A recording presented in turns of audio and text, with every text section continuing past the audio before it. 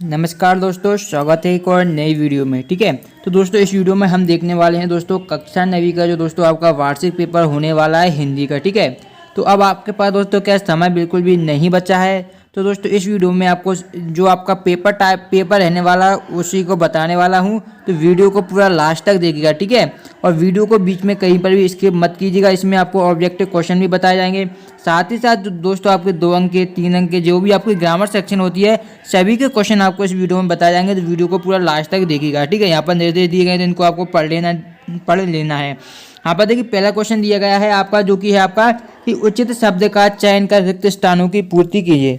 यानी कि जो आपका रिक्त स्थान सही है वो आपको बताना है। ठीक है, तो देखिए पहला दिया गया है आपका कि मेरे नाना पक्के खालिस्तान माने जाते हैं। क्या साहब माने जाते हैं या अंग्रेज माने जाते हैं। सेकंड था आपका कमाई में प्रत्यय है, कमा है या आई है, कौन सी प्रत्यय है ये हमें बताना है। थर्ड दिया गया था जो अधिक बोलता है उसे कहते हैं वाचाल या मितभाषी, क्या बोलते हैं ये हमें बताना है। चौथा दिया गया पंचवटी खालिस्तान है, खंडकाव्य है या महाकाव्य है। फिर दिया गया था लद दद खालिस्तान भाषा को लोकप्रिय कविताएं थी, पंजाबी या कश्मीरी।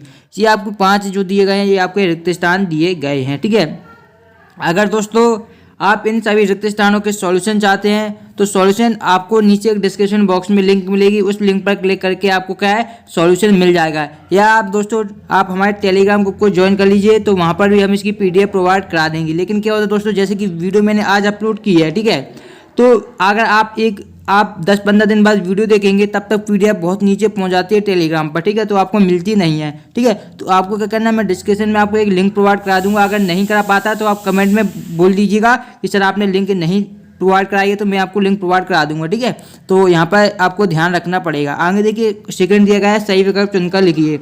लेखिका ने अपनी नानी को क्यों नहीं देखा, तो उसका क्या कारण था। ऑप्शन है घर छोड़कर चली गई थी उनकी नानी, या मायके चली गई थी, या स्वर्ग चली गई थी, या लेखिका अंधी थी। तो क्या कारण था जो लेखिका थी उन्होंने अपनी नानी को नहीं देखा था। सेकंड था कबीरदास जी की प्रमुख रचना है, तो हमें बताना है जो कबीरदास जी उनकी प्रमुख रचना क्या है। बीजक है, गुरु ग्रंथ साहिब है, कबीर ग्रंथावली है या बाइबल है, तो कौन सी प्रमुख रचना है ये हमें बताना है। ठीक है, थर्ड दिया गया था दोस्तों आपका जो पढ़ा लिखा ना हो उसे कहते हैं लाचार बोलते हैं, अयोग्य बोलते हैं, अनपढ़ बोलते हैं, गरीब बोलते हैं। तो सभी लोगों को पता होगा दोस्तों, जो पढ़ा लिखा नहीं होता उसे हम अनपढ़ बोलते हैं, सभी लोग जानते ही होंगे। ठीक है, बहुत ही सिंपल क्वेश्चन था। देखिए आपके एग्जाम में लगभग 2 से 3 अंक के ऑब्जेक्टिव क्वेश्चन ऐसे रहते हैं, अगर आपने बिल्कुल भी नहीं पढ़ा तभी आप उनके आंसर अपने दिमाग से दे सकते हैं। ठीक है, अगर जो आपके 32 नंबर के ऑब्जेक्टिव इस साल आने वाले, अगर आप 32 में से 32 ऑब्जेक्टिव क्वेश्चन सही करना चाहते हैं तो दोस्तों हम आपको लगभग 200 ऑब्जेक्टिव क्वेश्चन प्रोवाइड कराएंगे हिंदी में। अगर दोस्तों आप उन 200 ऑब्जेक्टिव क्वेश्चनों को याद कर लेते हैं दोस्तों, तो आप 32 की गारंटी तो दोस्तों कोई भी नहीं दे सकता है, क्योंकि पेपर जो आपका MP बोर्ड भी ये नहीं बता सकता कि कौन सा पेपर आपका 32 में से 32 ऑब्जेक्टिव आपके सही आएंगे। लेकिन मैं आपको इतना जरूर कह सकता हूँ कि आप 25 से 30 नंबर आप ऑब्जेक्टिव में जरूर हिंदी में सही कर पाएंगे। ठीक है, अगर आपको दोस्तों 200 ऑब्जेक्टिव क्वेश्चन वाली वीडियो चाहिए तो कमेंट बॉक्स में बताइएगा। अगर आप कमेंट करेंगे तो मैं उसकी भी एक वीडियो जरूर बनाऊंगा। ठीक है, अब देखिए काव्य की शोभा बढ़ाने वाले तत्व कहते हैं, तो काव्य की शोभा बढ़ाने वाले तत्वों को हम अलंकार बोलते हैं। तो ये आपका आंसर हो जाएगा। ठीक है, फिर दिया गया था आपका कोयल अपने चमकीले गीत क्यों तैरा रही है, तो ये आपका हो जाएगा चढ़ाने को, इस काले संकट सागर पर मरने हेतु, प्रसन्न करने को, या कायरता दिखाने को। ठीक है, तो ये आपके 5 आपके दिए गए थे जो आपके सही विकल्प हो जाएंगे। उसके बाद आपको दिया गया था एक वाक्य में उत्तर। ठीक है, तो यहाँ पर दिए गए थे हिंदी गद्य साहित्य का इतिहास कब से प्रारंभ माना जाता है, ये भी इंपॉर्टेंट है। ठीक है, श्रृंगार रस का स्थायी भाव। एक बात मैं और जरूर बता दूं, अगर दोस्तों आप 1 से लेकर 3 अंक अपने हिंदी में पक्का करना चाहते हैं तो आपको 2 काम करने पड़े। एक तो पहले आपको सभी जितने भी रस होते हैं दोस्तों उनके आपको स्थायी भाव याद कर लेने हैं। ठीक है दोस्तों, आपका 1 या 2 स्थायी भाव 100% आपके एग्जाम में पूछा जाएगा, 100% गारंटी के साथ। ठीक है, तो आपको स्थायी भाव जरूर याद कर लेना। साथ ही साथ आपको सभी रसों का क्या दोस्तों एक उदाहरण भी उदाहरण याद होना चाहिए। अगर आपको उदाहरण याद है दोस्तों तो क्या होता है, देखिए आपका एक तो ऑब्जेक्टिव में स्थायी भाव आ जाएगा, लेकिन 2 अंक के क्वेश्चन में पूछ लिया जाता है कि जैसे कि वीर रस की परिभाषा लिखिए और एक उदाहरण दीजिए, या डायरेक्ट भी पूछ लिया जाता है कि वीर रस का कोई एक उदाहरण लिखिए। तो आपको एक उदाहरण पता होना चाहिए, साथ साथ वीर रस का जो स्थायी भाव होता है वो भी आपको पता होना चाहिए। ठीक है, तो आपको पता होगा वीर रस का क्या होता है, उत्साह होता है। ठीक है, इसी प्रकार ऐसा भी पूछा जाता है कि रौद्र रस का स्थायी भाव लिखिए, ये आपका एक वाक्य में भी पूछा जा सकता है। तो आपको पता होना चाहिए कि रौद्र रस का जो स्थायी भाव होता है वो आपका क्रोध होता है। ठीक है, और तीन तीन अंक में ऐसा भी क्वेश्चन आता है कि रौद्र रस का एक उदाहरण लिखिए या रौद्र रस की परिभाषा सहित एक उदाहरण लिखिए। तो आपको क्या सभी रस याद होने चाहिए, जितने भी रस हैं आपको, जैसे कि रौद्र रस है, आपको क्या है जो आपका श्रृंगार रस होता है, श्रृंगार रस का जो स्थायी भाव होता है आपको पता होगा, जो कि रति होता है, इसका भी एग्जाम्पल पूछा जाता है। ठीक है, वीर रस का भी पूछा जाता है, जैसे कि मैंने आपको बताया कि इसका उत्साह होता है, रौद्र का मैंने आपको बता दिया। ठीक है, इसके अलावा जितने भी रस होते हैं सभी को आपको याद कर लेना। एक आपका वीरभद्र रस होता है, ठीक है, वीरभद्र रस होता है जिसका कि जो स्थायी होता है वो घृणा होता है। ठीक है, ये आपको पूरे याद होने चाहिए। ठीक है, अगर आप याद कर लेंगे दोस्तों 3 से 4 नंबर आपके ये पक्के हो जाएंगे। ठीक है, एग्जाम के लिए। आगे देखिए, कैदियों के हाथ में क्या होता था ये हमें बताना है। एकांकी में कितने अंक होते हैं, आपने नाटक और एकांकी में जो अंतर याद किया होगा उसमें आपको स्पष्ट बताया गया नाटक और एकांकी में अंतर। ठीक है, मैंने इसको डिटेल से आपको ट्रिक के माध्यम से याद कराया है। अगर आप वीडियो देखना चाहते हैं तो आप यूट्यूब पर सर्च कर सकते हैं।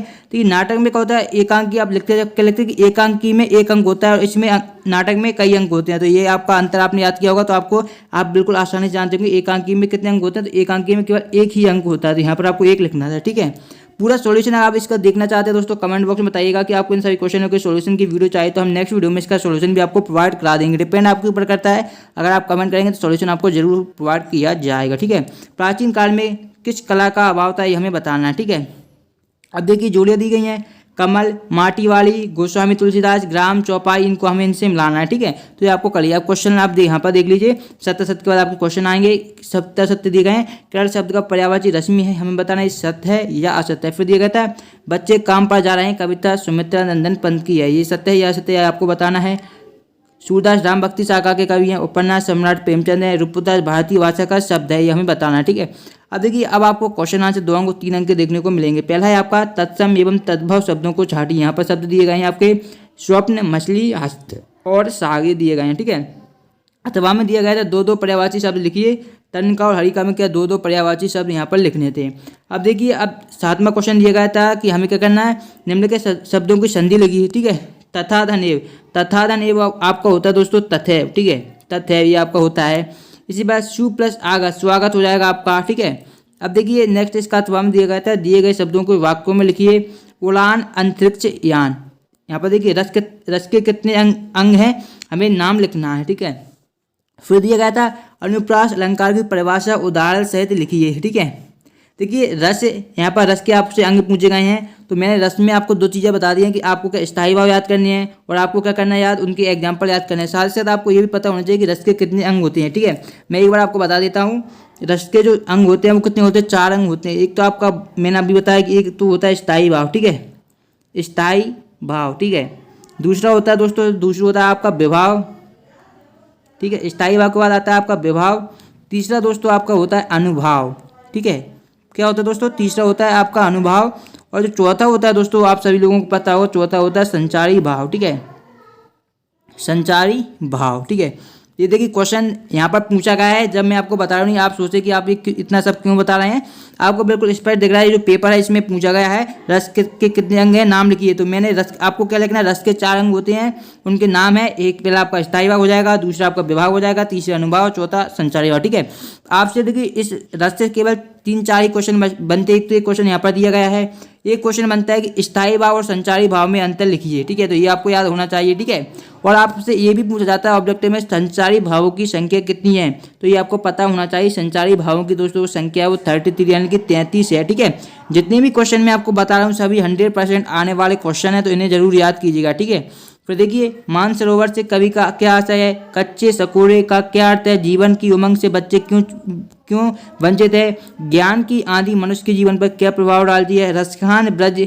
में क्यों जन्म लेना चाहते हैं, हथकड़ियों को गहना क्यों कहा गया है, कवि कोयल से ईर्ष्या क्यों कर रहे हैं, लद दद्य की काव्य शैली का वर्णन हमें करना है।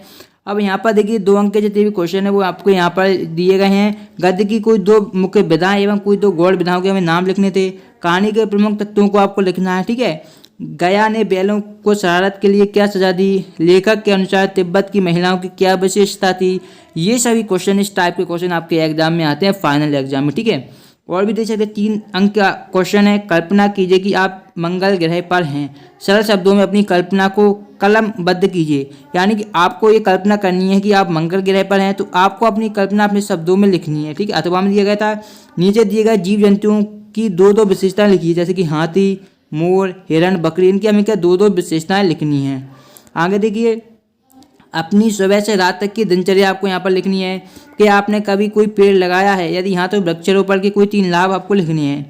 महाकाव्य और खंडकाव्य में अंतर, ये भी आपको इंपॉर्टेंट है। महाकाव्य और खंडकाव्य में अंतर के साथ साथ आपको 4 महाकाव्यकार और उनके की रचनाओं के बारे में पता होना चाहिए, साथ ही साथ 4 खंडकाव्य आपको पता होना चाहिए और उनके रचनाकारों के बारे में जानकारी होनी चाहिए। अगर आपको इतनी जानकारी है तो महाकाव्य और खंडकाव्य वाला आपका टॉपिक कंप्लीट है, ठीक है। उनकी विशेषताएं भी आपको पता होनी चाहिए, जो कि अंतर से आपको कंप्लीट हो जाती हैं।